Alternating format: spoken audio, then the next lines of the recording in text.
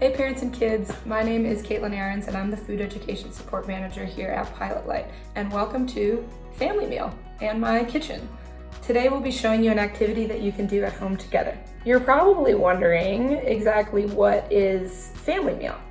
Family Meal is the name of a special time in every restaurant when in the bustle of a busy day, inevitably full of a lot of frustrations or changes. Every restaurant staff member, servers, dishwashers, chefs, managers, all come down and share a meal together. It's almost always served up in bulk, family style. You can pretty much use whatever utensil you want. You can use whatever container you want. Chefs have been known to eat out of quart containers in addition to plates and bowls. And it's free of charge.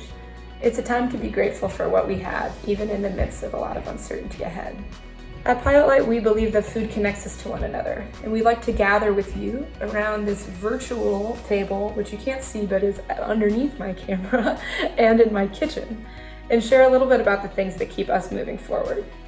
We're all cooks today, and we're here to build and share in this community. So take a seat, pull up a chair, grab a pillow, don your apron, do your thing. Welcome to Family Meal.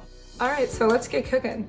So although a lot of recipes for pasta will use eggs, we're gonna stick with just 3 ingredients today. We're gonna use water, we're gonna use a little bit of salt, which I just measured out already, but this is 1/4 of a teaspoon of salt and a cup of water.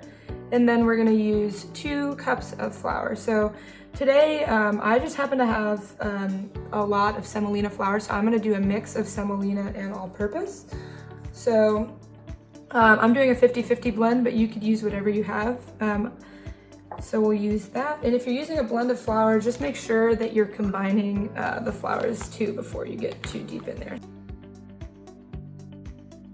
Once again, a fork, you could use your hand for this too, but fork is nice, sort of acts like a whisk, and we're just gonna combine these 2 flours. We're gonna add the salt. So now what we're gonna do is we're gonna form a well in the center of our dough. So we'll take our water now, and the reason you made the well is so that you can put the water in there. So we're gonna put the water in. Don't use quite all of the water, just in case you don't need it. Maybe use about 2/3 of your well. So yeah, I've got about 1/3 of a cup of water left in there. And then what you're gonna do is you're gonna start incorporating the flour slowly. I like to go in a clockwise motion, but doesn't matter too much. So you're gonna pull just a little bit of the flour in and incorporate it into the water and kind of go around your circle. And as you're doing that, what you're gonna notice is the dough is gonna start to sort of gradually come together. And once you've got sort of this paste, we now understand why they called it a paste. Wipe off your fork. And great opportunity for kids to take turns mixing. And I can already tell that I'm gonna need a little bit more water, so I'm gonna add just a little bit more. And then this is when you get your hands dirty. Don't be shy, and you're gonna start mixing it. So just continue mixing, and once you've kind of got it into this amorphous shape, what we're gonna do is we're gonna start kneading it.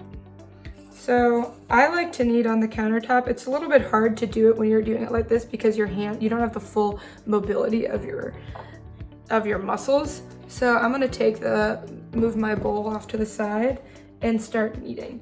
So kneading, the reason why we knead is to make a more soft and pliable dough. So a lot of times too, depending on how dry or wet your dough is, you may need to add some more flour. So I'm gonna add a little bit of flour on the base there, just so that I don't have to worry about things sticking.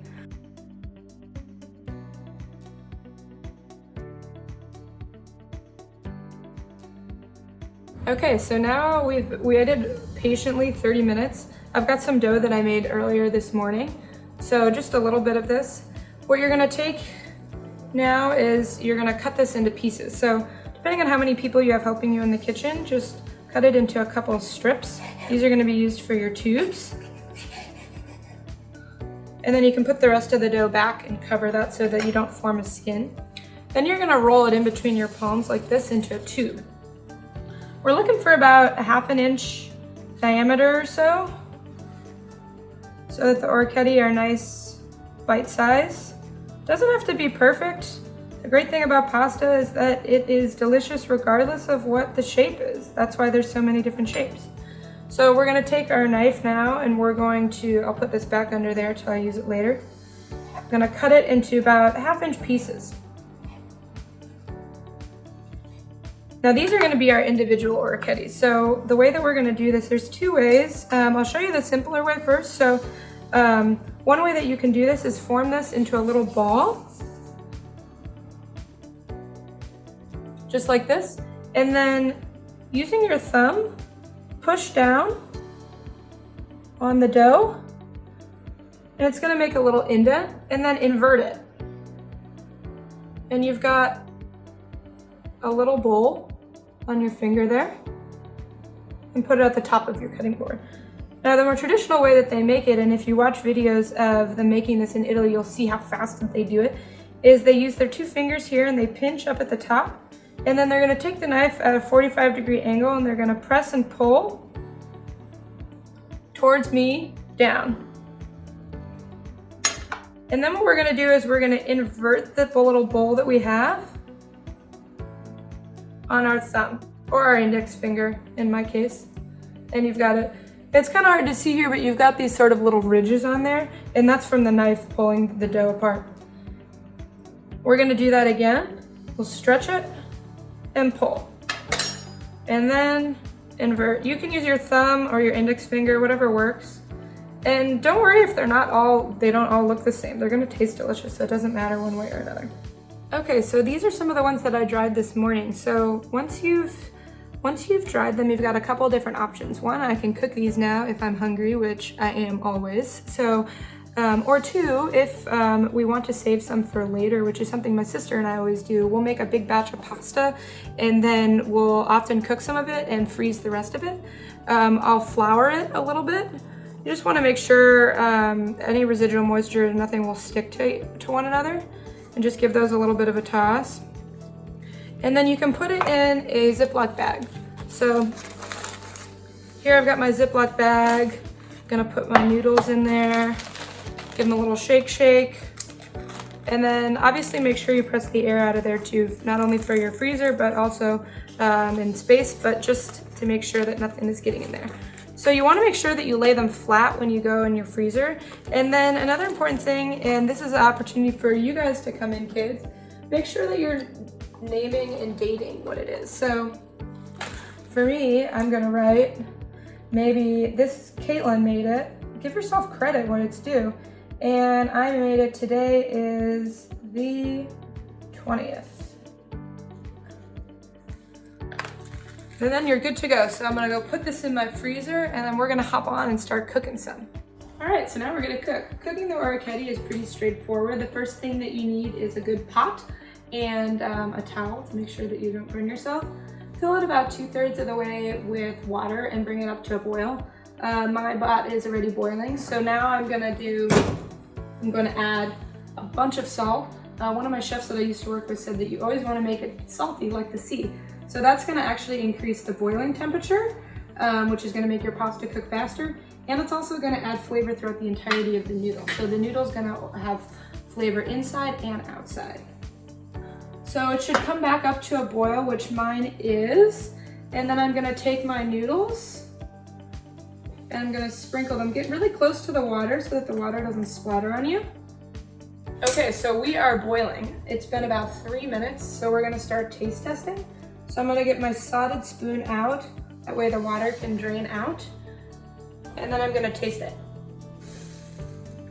Nice and salty throughout. There's a little bit of a bite to it, which if you ever made dried pasta and you've noticed, you can see a little bit of where it's not cooked.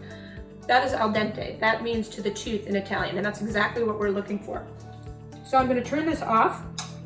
And if I was cooking this right into a sauce, I would actually spoon the pasta and put it directly into my pan behind me.